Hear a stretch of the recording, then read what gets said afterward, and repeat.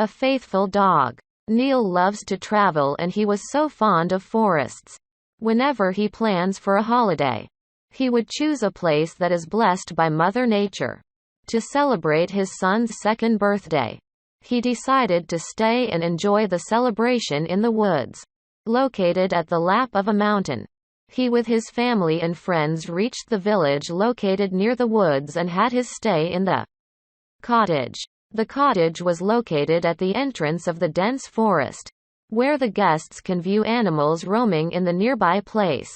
Neil's son saw a dog at the door and offered him a biscuit. The dog was happy and very soon the little boy befriended the dog. On the second day, the birthday of the boy was celebrated grandly in the woods within beautiful nature. The dog didn't leave the boy even for a minute and they both became close pals. The next day, Neil, his wife, and others decided to go hunting in the forest and arranged a babysitter to take care of the little for half a day. After 3 hours, all the elders returned to the cottage and they seemed very tired. The dog saw Neil and others. It rushed to them and licked Neil's shoes.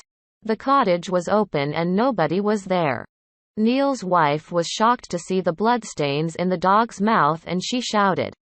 All of them thought that the dog has killed Neil's little boy.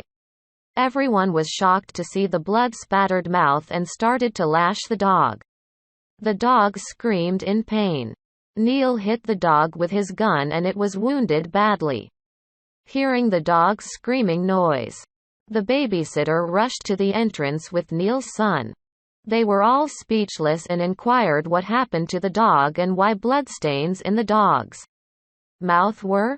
The babysitter told that the boy was about to get attacked by a wolf that roamed around the house.